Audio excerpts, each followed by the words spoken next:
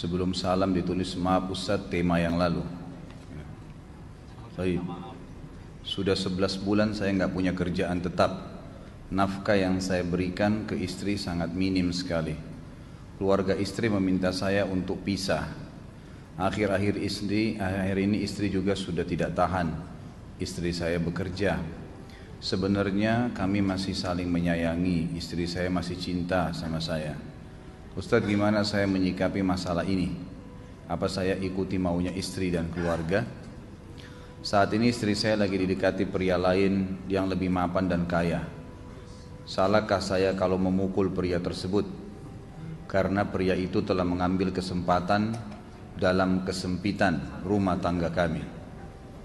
Ustadz minta amalan atau wirid untuk melapangkan rezeki.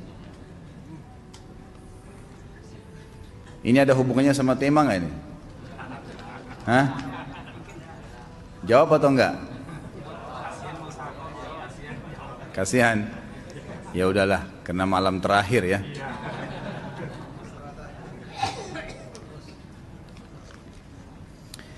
Yang pertama sekali, saya menyarankan Anda saran dari laki-laki ke laki-laki. Prinsiplah, dan jangan merendahkan diri di hadapan wanita. Maksudnya begini, pada saat seorang wanita yang menjadi istri Anda membutuhkan Anda, tunjukkan kebutuhan kita 1000 kali daripada dia. Dia sayang, dia perhatikan, dia siap berkorban. Kita harus 1000 kali lebih hebat daripada itu. Laki-laki memang penaung. Tapi kapan dibalik? Kalau saya pribadi, kapan dia tidak butuhkan, menunjukkan kebutuhan, saya 1000 kali tidak butuh sama dia. Untuk apa Anda merendahkan diri di depan seorang wanita yang kalau memang dia tidak bisa menjadi seorang istri? Karena kapan wanita sudah menyombongkan diri di hadapan laki-laki, tidak akan ada wibawa sama sekali. Ini poin dulu dalam pembukaan.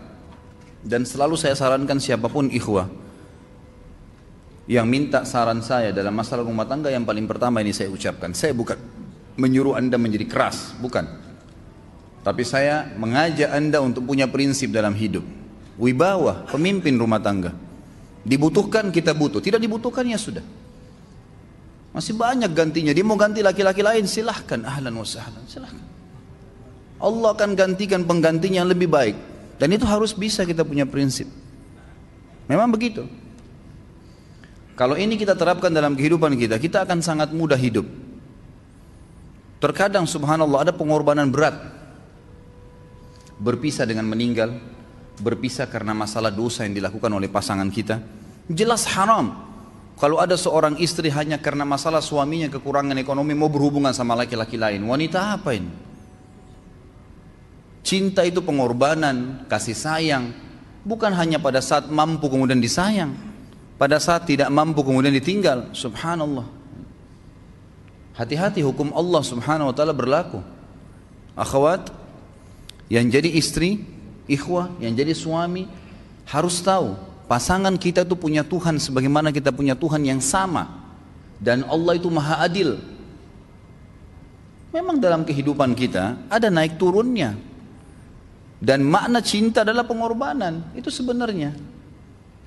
Kalau hanya kita kantongnya lagi penuh kemudian disuka sama istri, pada saat lagi tipis, lagi masalah kemudian dia mau berhubungan sama laki-laki lain, naudzubillah min dzalik. Wanita apa ini? Kalau saya tidak naungin. Kalau saya nggak naungin. Kamu mau sama dia silahkan. Ahlan sahlan, silahkan jalan. Kalau saya, istri saya sangat tahu prinsip saya. Kalau kamu merasa ada laki-laki lain yang kamu anggap baik, atau kamu mau ingin memasukkan pendapat keluargamu dalam rumah tangga saya sehingga kedudukan saya sebagai suami tidak didengar lagi, silakan pilih keluarga kamu. Tidak ada masalah. Jadi jangan jadikan sebagai beban. Oh, nanti kalau pisah saya hidupnya bagaimana? Saya melarat. Ini kenapa ini? Saya mati kalau nggak sama dia, ya mati bener nanti. Gila kalau nggak nikah sama dia, gila kalau siapa ini? Ini kenapa ini? Keluar dari bingkai hidup itu. Seorang muslim itu hidupnya mulia. Dia dihormatin, dia menghormatin. Dia dihina, tinggalkan. Allah SWT tidak menyuruh kita menghinakan diri, tidak boleh.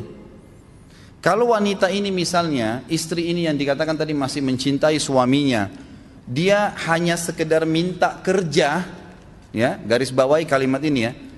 Dia hanya sekedar minta kerja untuk membantu nafkah rumah tangga, ahlan wa sahlan, jempol. Nggak masalah. Bagus itu. Sampai suaminya mapan. Itu baik. Tapi dalam kondisi masih status istri punya hubungan sama laki-laki lain, naudzubillah min dzalik. Mana ghirah? Mana kecemburuan positif yang telah Allah pelihara dalam diri kita? Nggak boleh.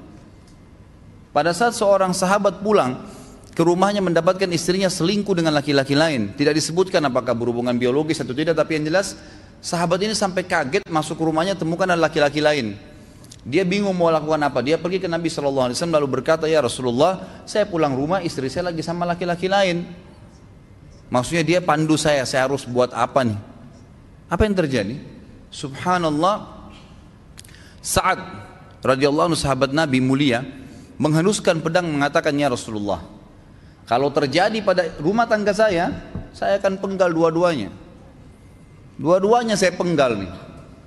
Tapi di sini ulama bilang saat ingin menghukum kalau terjadi pada keluarganya dengan penggal ini, bukan maksudnya dia menghukum secara individu, maksudnya saya ingin terapkan hukumnya Allah, dirajam, dibunuh karena mereka sudah menikah dan berzina. Hukum Allah terapkan, kemuliaan agama harus ada. Harus begitu. Seorang istri yang mau tinggal di bawah naungan kita sementara kita sudah berkorban di bawah terik matahari, sudah bekerja, sudah memilih dia dari sekian banyak wanita, kemudian dia mau berkorban, hormatin dia, junjung dia, lindungin dia, rangkul dia, gitu kan? Bela dia, memang harus begitu. Tapi kalau masih dalam naungan, kemudian sedikit himpit masalah ekonomi lalu berhubungan sama laki-laki lain, naudzubillah, jangan dipertahankan, berbahaya sekali, gitu kan? Jangan Anda menjadi laki-laki lemah gitu. Saya kemarin ditelepon oleh 2 orang sekaligus, subhanallah. Sahabat dekat telepon kepada saya, laki-laki. Ustadz maaf mau ngomong sebentar. Baik silahkan. Ustadz saya ini, istri saya pulang ke rumah ke kampung ayahnya ibunya karena alasan mengurus ayah dan ibunya. Akhirnya saya sama anak-anak ditinggal di sini sendiri. Setiap kali saya panggil pulang, dia bilang sudahlah saya nggak mau pulang. Kalau mau nikah lagi silahkan. Dia bahasakan begitu. Bagaimana sarannya Ustadz? Saya bilang nikah lagi.